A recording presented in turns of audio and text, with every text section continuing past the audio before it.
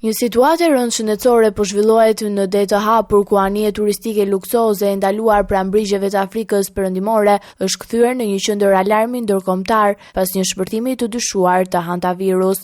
Autoritetet konfirmojnë se 2 persona me simptoma të rënda po përgatiten për evakuim urgjent, ndërsa rreth 150 turistë nga Britania, SBA-ja, Spanja mbeten ende të bllokuar në bord. Deri tani janë raportuar 3 viktima, një çift holandez dhe një shtetas gjerman, ndërsa një tjetër pasagjer britanik është transportuar për trajtim në Afrikën e Jugut. Instituti Kombëtar i Shëndetit Publik në Holand ka bërë të ditur se virusi është konfirmuar në të paktën një rast laboratorikisht, ndërsa një nga viktimat, një grua holandeze, ka rezultuar gjithashtu pozitive për hantavirus sipas burimeve të afërta me hetimin. Megjithatë, ende nuk është e qartë nëse të gjitha vdekjet dhe rastet e tjera janë shkaktuar nga njëjti infeksion. Hantavirus është një sëmundje e rrallë, por potencialisht vdekjeprurse që prek sistemin e frymarrjes dhe mund të çojë në dështimin e organeve në raste të rënda. Ai përhapet kryesisht përmes kontaktit me brezit e infektuar ose mbetjet e tyre, ndërsa transmetimi mes njerëzve konsiderohet shumë i rrallë. Organizata Botërore e Shëndetësisë ka deklaruar se rreziku për popullatën e gjerë mbetet i ulët dhe nuk ka nevojë për panik apo kufizim me udhtimi.